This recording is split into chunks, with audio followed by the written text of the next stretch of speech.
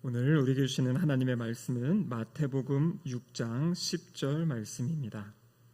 신약성경 8면입니다. 마태복음 6장 10절 말씀입니다.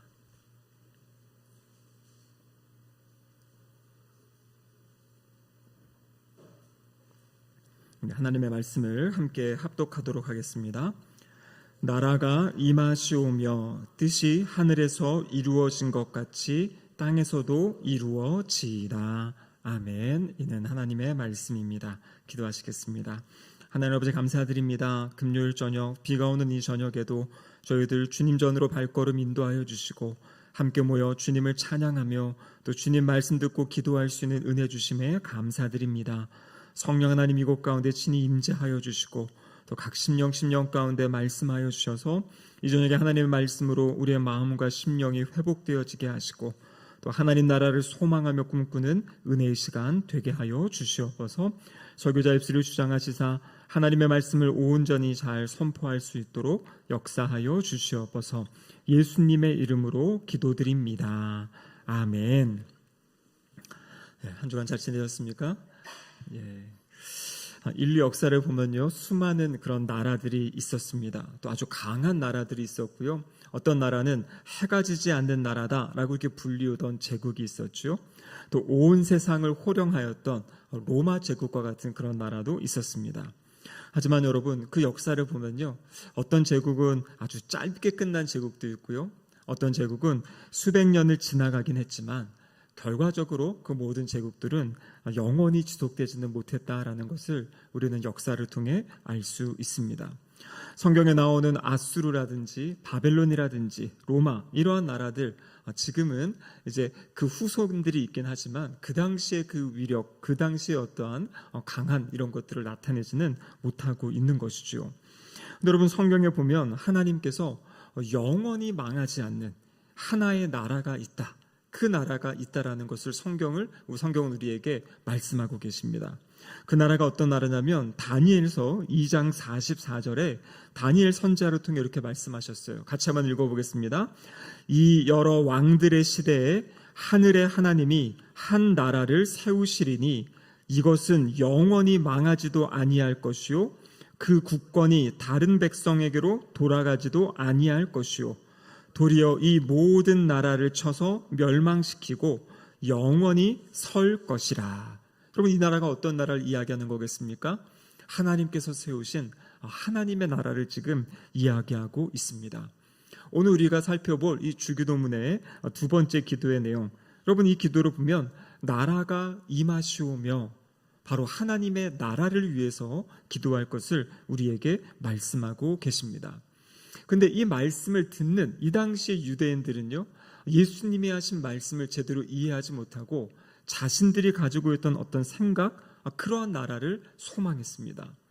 이 당시에 로마의 압제 가운데 있던 유대인들의 생각은 하나님께서 자신들에게 메시아, 이 구원자를 보내주셔서 로마의 압제로부터 자신들이 벗어나고 옛날에 그 다윗 왕의 영광스러웠던 그 나라를 회복할 것을 소망하고 있었습니다. 그래서 이들의 기대는 어떤 정치적인 그리고 민족적인 그런 나라의 회복, 또 하나님이 그런 나라를 세우실 것을 소망했던 것이죠. 그래서 우리가 성경을 보면 사도행전 1장 6절에 보면요, 이때는 어느 시점입니까? 이제 1장 8절에 보면 예수님께서 마지막으로 선교의 명령을 하시고 이제 승천하시는 거거든요. 근데 승천하시 직전까지 제자들의 질문이 무엇이었냐면, 주께서 이스라엘 나라를 회복하심이 이때이니까. 그러니까 예수님께서 부활하시고 40여일 동안 하나님 나라에 대해서 가르치셨는데 그때까지 제자들의 질문이 무엇이냐면, 주님, 그럼 이제 이스라엘 나라, 우리 나라를 다시 회복시켜 주실 것입니까? 이러한 질문을 하는 그런 모습을 보여주고 있습니다. 그런데 여러분, 여기 보면요, 이 나라는 결코 이들이 생각하였던 어떤 정치적인 또 군사적인 그러한 나라가 아닌 것을 우리는 성경을 통해서 알 수 있는 것이죠. 우리가 지난주에 제가 이 주기도문에는 6가지의 간구가 있다 이렇게 말씀드렸습니다. 앞에 3가지와 뒤에 3가지가 구분이 되는데요, 앞에 3가지는 무엇을 위한 기도였습니까? 하나님의 영광을 위한 기도, 그 앞에 세 가지가 하나님의 영광을 위한 기도예요. 그 내용이 무엇이냐면 지난주에 살펴보았던 하나님의 아버지의 이름에 대한 이야기, 또 오늘 우리가 살펴볼 아버지의 나라, 그리고 다음 주에 살펴볼 아버지의 뜻. 그래서 우리가 기도할 때 무엇을 기도해야 되는가? 하나님의 영광을 위해 기도한다고 할 때 그 세 가지, 아버지의 이름과 나라와 뜻을 위해서 기도할 것을 예수님께서 말씀하신 거죠. 그리고 이어지는 내용이 우리의 필요를 위한 기도가 있죠. 거기 세 가지가 있는데요. 첫 번째, 우리의 무슨 필요입니까? 일용할 양식을 위해서 기도하는 거고요. 또 우리의 죄 용서를 위해 기도하는 거고요. 그리고 시험과 악에서 우리를 보호해 달라고 하나님께 기도할 것을 말씀해 주고 계신 겁니다. 그래서 오늘 우리가 살펴볼 것은 바로 그 두 번째 간구, 나라가 임하시오며 라는 말씀을 나누려고 하는데요. 여러분, 그렇다면 성경에서 이야기하는 하나님의 나라가 무엇이겠습니까? 어떤 분은요, 이 하나님의 나라, 천국 이렇게 이야기하면 다른 어떤 생각을 하시는 것 같아요. 여러분, 그렇지 않습니다. 천국이 바로 하나님의 나라이죠. 근데 이 하나님의 나라는요, 우리는 일반적으로 나라 하면 무엇을 먼저 생각합니까? 그 나라 어디 있어? 이렇게 얘기하지 않습니까? 낯선 나라 이름 들으면 그 나라 어디 있어? 그러니까 그 나라의 위치, 어떤 영토, 땅을 생각하는 거죠. 그래서 그거를 알면 이 나라가 뭐 아프리카에 있는지 유럽에 있는지, 그래서 이 나라가 여기 있구나라고 하면서 그럼 그 나라는 어떤 사람들로 구성되어 있고 또 무엇인지 이렇게 알아가고 살펴가는 겁니다. 근데 여러분, 여기 성경에서 나오는 이 나라라는 단어는 이 헬라어로 바실레이아라는 그런 단어인데요. 이 단어의 의미는 어떤 영토 이런 개념보다 먼저 앞선 개념이 무엇이냐면 왕의 통치, 왕권, 다스림, 이러한 의미가 먼저 이제 있는 내용입니다. 그래서 여기서 말하는 하나님의 나라라는 것은요, 그 나라는 하나님의 통치가 미치는 영역, 그리고 하나님의 통치 가운데 살아가는 백성, 그것이 이제 구성된 것이 바로 하나님의 나라입니다. 그래서 오늘 이 본문에서 나라가 임하게 해달라 이렇게 지금 기도하라고 말씀하는 거죠. 여러분, 이 기도는 무엇이냐면 이 땅 가운데 어느 영토가 하나님의 땅이 넓어지게 해주세요, 여러분, 이런 기도가 아니라 바로 하나님께서 왕으로 다스려 주세요. 하나님이 통치해 주세요. 하나님의 나라가 임하는 것은 바로 이 땅 가운데 하나님의 통치가 실제적으로 나타나고 드러나게 해달라고. 그리고 여기에는 어떤 의미가 있냐면 하나님이 통치하실 때 그 통치를 받는 사람들이 기쁘게 순종하고 주님의 통치를 받게 해달라는 그러한 내용이 바로 나라가 임하시오며라는 이 기도의 내용에 포함되어져 있는 내용입니다. 그럼 오늘 우리가 읽은 이 마태복음에 보면요, 특별히 마태복음은 천국에 대한 이야기가 많습니다. 특별히 마태복음 13장에 보면 천국은 이런 것이다, 천국은 이런, 천국 비유가 마태복음 13장에 나와 있죠. 근데 다른 복음서는 주로 하나님의 나라 이렇게 이제 이야기를 하는데 마태복음은 천국을 이야기합니다. 왜냐하면 이 마태복음은 유대인들을 대상으로 기록된 말씀이거든요. 근데 우리가 아시다시피 유대인들은 하나님의 이름을 부르는 것을 되게 조심스러워했죠. 성경을 필사하는 사람들이 필사하다가 하나님이라는 단어가 나오면 붓을 내려놓고 손을 씻고 와서 다시 글을 쓸 정도로 하나님의 이름에 대한 그런 경외감이 있었습니다. 그래서 이 마태복음의 이 표현들은 하나님 나라 이렇게 표현하지 않고 하늘나라, 하나님이 하늘에 계신다, 그래서 그 하늘나라라는 그러한 표현을 사용하고 있는 것입니다. 근데 결국에 무엇을 이야기하냐면 이 하나님 나라는 하나님이 다스리시는, 하나님이 통치하시는 그것을 사모하는 것입니다. 여러분, 그렇다면 이 하나님 나라의 왕, 주인은 누구시겠습니까? 당연히 하나님이시죠. 시편 103편 19절에 보면 이렇게 기록되어 있습니다. 같이 한번 읽어보겠습니다. 여호와께서 그의 보좌를 하늘에 세우시고 그의 왕권으로 만유를 다스리시도다. 여호와께서 그의 보좌를 세우시고 그리고 그의 왕권으로 만유를 다스리신다. 그래서 바로 하나님이 다스리시고 통치하시는 그 나라를 이야기합니다. 여러분, 예수님께서 빌라도 앞에서 재판을 받으십니다. 그때 예수님이 하신 말씀 가운데 이런 말씀이 있어요. 내 나라는 이 세상에 속한 것이 아니니라. 내 나라는 이 세상에 속하지 않았다.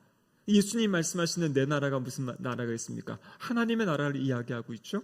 그러면 근데 이 뜻은 예수님의 나라가, 하나님의 나라가 이 세상과 무관하다 이런 것을 이야기하는 것이 아니라 하나님 나라의 근원과 하나님 나라의 성격과 하나님 나라가 이루어지는 그런 방식이 세상의 나라와는 다르다라는 것이에요. 세상의 나라는 어떤 모습입니까? 바로 힘을 가지고 강압적으로 무엇을 이루어가려고 하잖아요. 여러분, 저는 참 요즘에 일어나는 이런 전쟁의 이야기를 보면 참 너무나 놀라운 것 같아요. 어떻게 이 21세기의 전쟁을 통해 사람을 죽이고 사람이 다치고, 지금 러시아와 그 우크라이나 전쟁 보니까요, 러시아 사람들 가운데 약 50만 명 이런 사람들이 죽임을 당했고 100만 명 가까이 사상자가 있다, 이런 기사를 보게 됩니다. 그리고 이 21세기를 살아가는데 사람이 총으로, 무기로 사람들을 죽이며 살아가요. 그렇게 자신들이 지성이 있다고 하고 그런 나라들이, 그래서 미국이 또 미국과 저 이란의 전쟁을 모습을 봐도 그렇지 않습니까? 무기를 가지고 무엇인가 나라를 제압하려 하고 어떤 그러한 모습들, 그 방식이 지금도 동일하게 이루어지고 있는 것입니다. 근데 여러분, 성경이 말하는 하나님 나라는 이런 세상의 나라와는 정반대의 나라예요. 하나님 나라의 다스리는 방법은 진리로, 사랑으로, 또 희생으로 그 나라를 세워가는 그러한 나라입니다. 여러분, 이 나라의 모습을 가장 잘 보여주신 분이 누구십니까? 바로 우리 주님 예수님이시죠.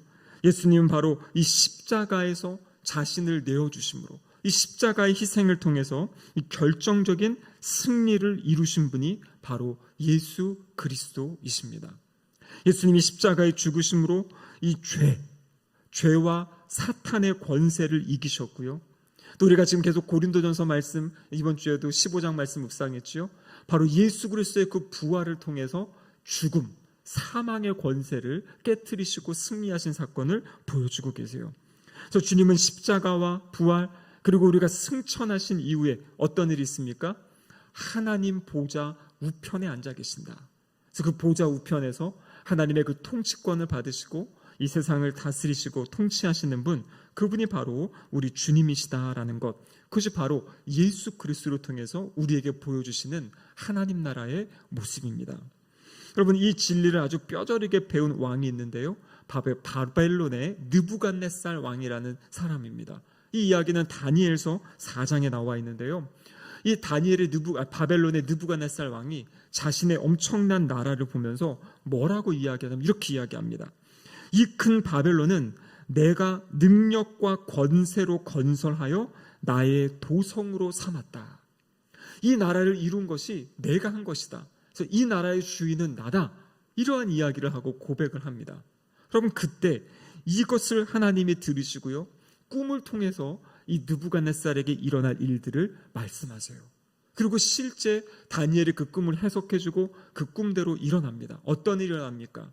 이 왕좌에 있던 이 느부갓네살 왕이 왕에서 폐위가 되고요, 들짐승과 함께 소처럼 풀을 먹고 밖에 나가서 이슬을 먹으면서 약 7년이라는 시간을 그렇게 보내게 되는 것이에요. 교만하여서 이 모든 것이 내가 이뤘다라고 할 때 하나님이 그를 철저하게 낮추시게 됩니다.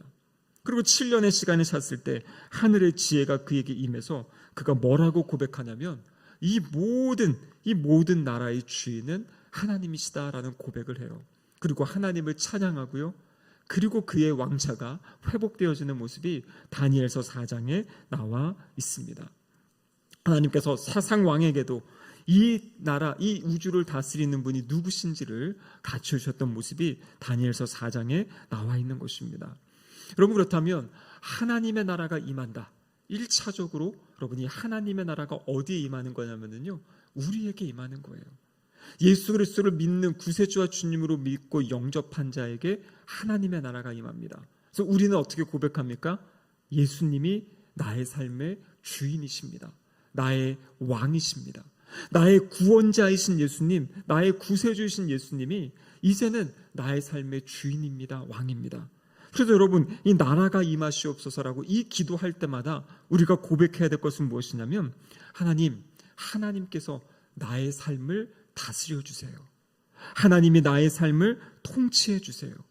나의 삶의 주인은 내가 아니라 바로 하나님이십니다 라는 이 믿음의 고백을 가지고 기도하는 것이에요. 그래서 나의 삶의 모든 자리가 하나님의 다스림 가운데 하나님의 뜻이 이루어지는 그러한 자리가 되게 해달라고 기도하는 것입니다. 그리고 또한 그 기도하는 것뿐만 아니라 기도하면서 실제 나의 삶의 그 영역들을 하나님께 맡길 수 있어야 돼요. 여러분, 여기서 하나님께 맡긴다라는 것은요, 하나님이 나에게 맡기신 그 삶의 자리에서 내가 해야 될 일들을 분별하고 제대로 감당해야 된다라는 것이에요. 하나님이 우리에게 어떤 직장의 자리를 맡긴 것도 있고요, 기본적으로는 가정에서 맡기신 게 있잖아요. 부모로서, 자녀로서 나에게 맡기신 것이 무엇인지를 분별하고, 여러분, 그 안에서 하나님의 뜻대로 살아가는 것이 바로 하나님의 나라가 나의 삶에 임하는 것입니다. 부모로서의 역할, 또 어떤 직장에서의 나에게 맡겨진 역할, 또 교회에서 하나님이 주신 어떤 직분, 또 사명, 이런 것들을 날마다 생각하면서 나는 이것에, 이 일에 하나님의 다스림을 받고 있는지, 하나님의 통치를 받고 있는지, 아니면 내가 주인이 되어서 내 경험에 따라, 내 생각에 따라 그것을 판단하고 그것을 그냥 이끌어가고 있지는 않은지, 아니면 나는 주님 이제 너무 힘들어요, 너무 지쳤어요, 그래서 그것을 그냥 손 놓고 있지는 않은지, 그럼 그것을 보는 것이에요. 그래서 하나님께서 나의 삶을 다스리시고 통치하셔서 먼저 나의 삶의 자리에 하나님의 나라가 임할 수 있도록, 하나님의 통치가 온전히 이루어지고 또 내가 그 통치에 순종하며 그렇게 살아갈 수 있게 해달라고 기도하는 것이 바로 하나님의 나라가 임하게 해달라는 기도의 내용입니다. 여러분, 그런데 이 하나님의 나라의 또 두 번째 특징은 무엇이냐면, 이 하나님 나라는 이미 시작은 되었지만 아직 완성되지는 않았어요. 하나님 나라는 이미 시작되었지만 아직 완성되지는 않았습니다. 여러분, 마가복음 1장 15절에 보면은 이런 말씀이 있거든요. 같이 한번 읽어보겠습니다. 이르시되 때가 찼고 하나님의 나라가 가까이 왔으니 회개하고 복음을 믿으라, 이렇게 되어 있죠. 그러니까 때가 찼다, 하나님의 때가 찬 것이에요. 그래서 하나님의 나라가 가까이 왔다, 회개하고 복음을 믿어라. 이것이 바로 예수님께서 사람들을 향해서 복음을 증거하실 때 하셨던 말씀이에요. 하나님의 때가 됐다, 하나님 나라가 가까이 왔으니까 이제 회개하고 복음을 믿고 하나님 나라로 들어오라는 그러한 초청이죠. 근데 여러분, 여기에서 하나님 나라가 가까이 왔다라는 이 의미가 무엇이냐면, 멀리 있는 하나님 나라. 여러분, 아마 우리가 대부분 생각할 때 하나님 나라 천국 하면 천국의 가장 큰 이미지는 뭡니까? 죽음 이후에 내가 가는 어떤 그곳, 천국, 이렇게 생각하죠. 그런데 여기서 말씀하시는 건 뭐냐면 그 나라가 가까이 왔다라는 것이에요. 그 나라가 이 땅 가운데 왔다라는 것입니다. 먼 미래에 있는 나라가 우리의 삶의 현장 가운데 현재적인 현실이 되었다라는 것이에요. 그래서 예수님께서 뭐라고 이야기하시냐면 마태복음 12장 28절에 이렇게 기록하고 계시죠. 그러나 내가 하나님의 성령을 힘입어 귀신을 쫓아내는 것이면 하나님의 나라가 이미 너희에게 임하였느니라. 여러분, 이 하나님 나라는 언제 오고 언제 시작이 된 거냐면요, 바로 예수 그리스도께서 이 땅에 오셔서 이 공생의 사역을 시작하실 때. 그래서 예수님 말씀하시죠. 예수님의 사역 가운데 아주 많은 사역이 무엇입니까? 귀신을 쫓아내고 병든 사람을 치유하는 그런 기적적인 사건이었잖아요. 근데 여러분, 그것은 단순히 기적을 보여주신 것이 위함이 아니라 그것을 통해서 보여주시는 거예요. 하나님의 다스림이 있고 하나님의 통치가 있는 곳에는 사탄의 역사가 떠나가고 귀신이 떠나가고 물러가는 그 모습을 보여주시는 겁니다. 그래서 주님이 그 당시에 가시는 곳마다 바로 하나님의 나라가 임한 것을 사람들에게 가르쳐주고 깨닫게 해주신 거죠. 그래서 귀신을 쫓아내고 병든 자를 치유하고 죄인들이 용서받는 그 일, 그것이 바로 하나님 나라가 이미 임하였다라는 것을 보여주고 계신 거예요.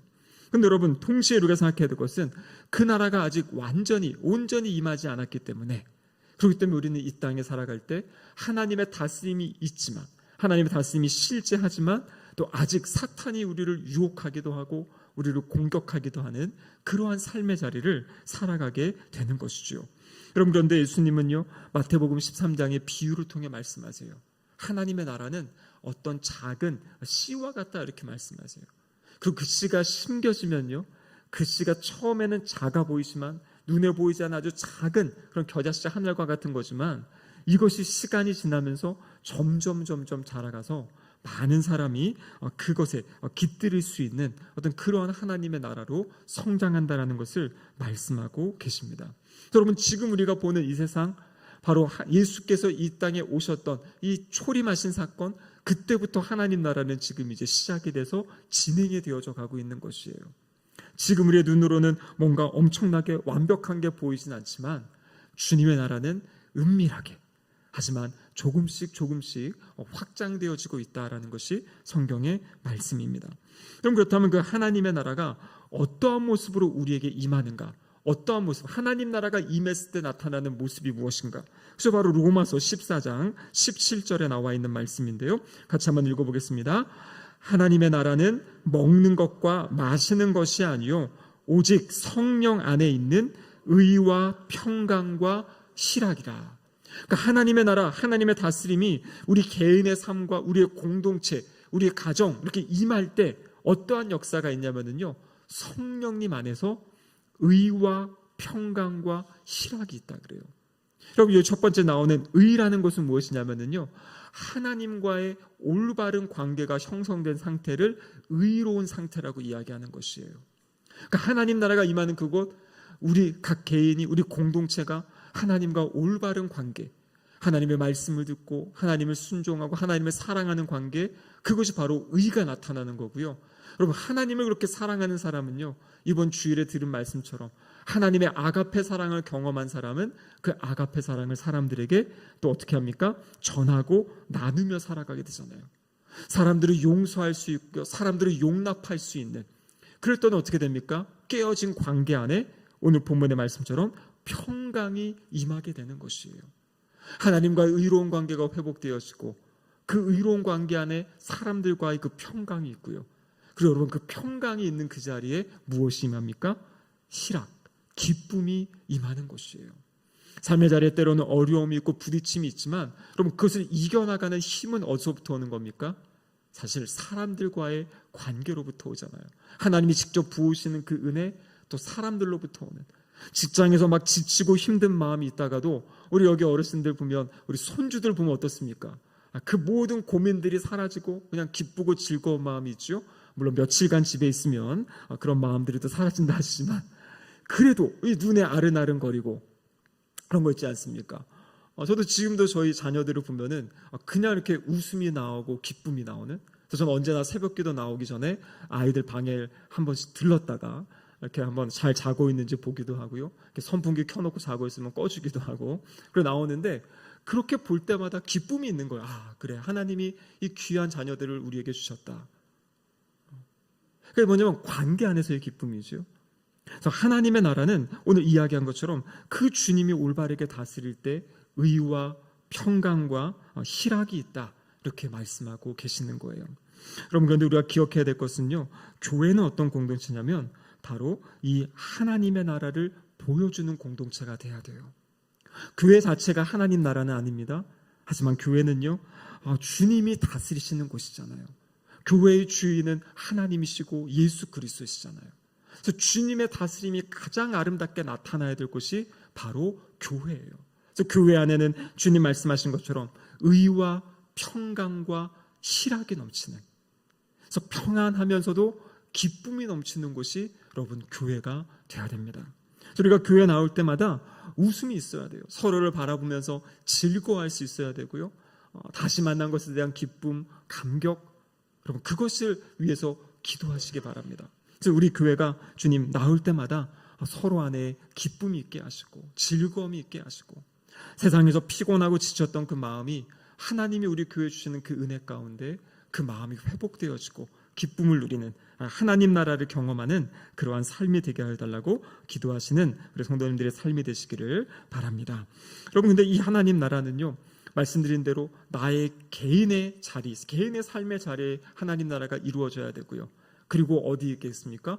우리의 가정 안에 하나님의 나라. 그래서 우리가 맨날 기도할 때 예배하는 가정, 거룩한 가정, 하나님을 잘 예배하고 섬기는 가정에 무엇이 임합니까? 행복이 임하는 거잖아요. 그래서 부부간의 관계, 자녀들과의 관계, 이 관계들이 정말 아름답게 소통이 돼서 하나님이 주시는 그 기쁨을 누리는 그러한 가정이 될 수 있도록, 또 말씀드린 대로 주님 말씀하신 우리 교회가 그런 공동체가 될 수 있게 해달라고 기도하는 것, 그럼 그것이 바로 하나님의 나라가 임하게 해달라고 기도하는 것입니다. 마지막으로 세 번째는요, 여러분, 하나님 나라는 누가 세워가는 겁니까? 누가 세워가는 거예요? 성경에 보면요, 하나님 나라는 하나님이 세워가세요. 우리가 가끔 표현할 때 우리를 통해 하나님 나라를 세워주세요라고 하지만 사실 이것이 맞기도 하지만 조금 틀린 표현입니다. 올바른 표현은 무엇이냐면 하나님께서 우리를 사용하셔서 이 하나님 나라를 세워주세요, 이 표현은 맞아요. 그러니까 주어가 누구냐면 하나님이 세워가시는 거예요. 하나님이 역사하시는 겁니다. 여러분, 씨앗을 심어 놓으면은요, 우리가 그 씨앗을 심고 물을 주고 하지만 결국에 그것을 자라게 하시는 분은 누굽니까? 하나님의 역사잖아요. 그러니까 우리 교회 안에, 우리의 가정 안에, 우리의 삶의 자리 가운데 사실 이 하나님의 나라를 세워가시는 분은 누구시냐면 하나님이세요. 근데 놀라운 것은 그 하나님의 나라를 세워가시는 하나님께서 누구를 증인으로 사용하시냐면 바로 저와 여기 계신 우리 성도님들을 증인으로 사용하신다라는 것이에요. 하나님의 나라가 임하면은요, 이 하나님의 나라의 첫 번째 모습은 사탄의 권세, 죄의 권세가 무너지는 것이에요. 여러분, 우리가 아시다시피 이 땅을 살아가는 대부분의 사람들, 하나님 모르고 살아가는 사람들은요, 그냥 살아가는 게 아니라 무엇인가 매여 살아가는 거잖아요. 끌려다니며 살아가는 거잖아요. 제가 지난 제자 훈련 시간 나눴지만 요즘에 보니까요, 이 사람들이 진짜 이렇게 뭐 어떤 사주를 본다든지 이 점을 본다든지 이것들이 진짜 요즘에 아주 심각하다 그러더라고요. 여러분, 아이들 자녀를 낳는데 이 사주 가가지고 어느 날 몇 시에 아이를 낳아야 이 아이가 행복하다라는 거를 받아온대요. 그래서 산부인과 선생님이요, 그 시간을 보고서 제왕절개하면서 그 시간에 아이를 꺼내야 된대요. 그럼 이런 시대예요. 계약을 하는데 계약서 쓰기 전에 가가지고 몇 시, 몇 분, 몇 초, 몇 분에 계약해야 된다 그러면서 계약서를 놓고 12시 17분을 기다렸다가 계약서를, 이게 여러분 세상 사람들이 살아가는 모습이래요. 우리 그리스도인들은 어떻습니까? 그런 것으로부터 자유하잖아요. 그렇죠? 어느 날에 이사를 해도 괜찮고 어느 날에 자녀를, 그 모든 것이 하나님의 그 은혜 가운데 있다는 것을 누리며 살아가는 것이 바로 우리의 모습이지요. 그래서 하나님께서는요, 하나님의 나라가 이 땅 가운데 임하게 하시는 방법이 뭐냐면 첫 번째는 이겁니다. 우리가 우리의 삶의 자리에서 하나님의 말씀에 순종하며 살아갈 때 그곳에 하나님의 나라가 임하게 되는 것이에요. 내가 우리 가정에서 하나님의 말씀에 순종하며 자녀를 양육하고 부부간의 관계를 갖고 살아갈 때 그 가정에 하나님의 나라가 펼쳐지게 되는 것이에요. 우리 성도님들이 어떤 직장에서 있는 그곳에서 우리 성도님이 하나님 말씀에 따라 순종하며 살아갈 때 작아 보이지만 하지만 그곳에 하나님의 뜻이 펼쳐져 가고 하나님 나라가 임하게 되는 것이에요. 그래서 하나님께서 하나님 나라를 세워가시는 통로로 저와 우리 성도님들을 사용하시는 겁니다. 우리 영역은 그렇고 여러분, 그런데 결국에 그러니까 하나님의 나라는 사람들을 통해 세워가는 거죠. 그래서 우리가 어떤 영혼을 전도한다, 그 영혼을 구원한다라는 것은 그 영혼이 구원받고 그 영혼이 하나님의 또 다스림과 통치 가운데 살아가게 되면 그 사람이 살아가는 가정, 그 사람이 살아가는 직장, 그 사람이 있는 그곳에 또 하나님의 나라가 세워져 가는 것이에요. 그래서 결국에 이 하나님은 이 교회를 통해 또 교회 소속인 우리 한 명 한 명을 통해서 이 땅 가운데 하나님의 나라를 지금 세워가고 계세요.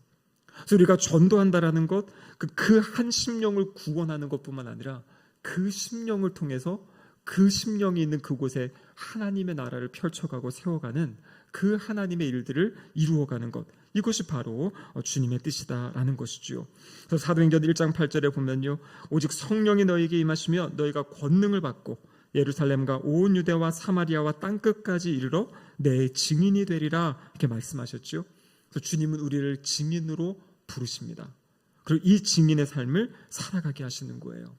예수님께서 2000년 전에 그 이스라엘, 그 유대 지역, 한 12명밖에 되지 않는 시골에서 이 농사 짓고 물고기 잡던 사람들, 여러분 그들에게 하나님 나라의 씨앗을 심었는데요. 그들이 나중에 예수님 승천하신 다음에 열방으로 흩어져서 복음을 전하고요. 그 복음이 점점 확장되어져서 오늘 이 한국 땅에 우리에게까지 복음이 왔잖아요. 그들이 자신이 예루살렘에만 머물러 있었으면 그런 역사가 일어나지 않았을 거예요. 또 실제 그들이 머물러 있었기 때문에 하나님께서 그들을 흩으셨잖아요. 핍박을 통해 가지고 예루살렘에서 전 지역으로 흩으시고 흩어진 그곳에서 주의 복음을 전한 것입니다. 여러분 그렇습니다. 그렇기 때문에 우리는 끊임없이 이 복음 전파의 사역을 감당해야 되는 것이고요. 그리고 이 선교의 사역을 감당해야 되는 것입니다. 여러분 우리가 태신자분들을 품고 기도하는 것, 또 수요 차전도, 또 주일 노방전도 사역할 때 그럼 계속 기도하시면서 하세요. 어떠한 기도냐면 여러분 그 영혼을 구원하는 역사는 누가 하시는 겁니까?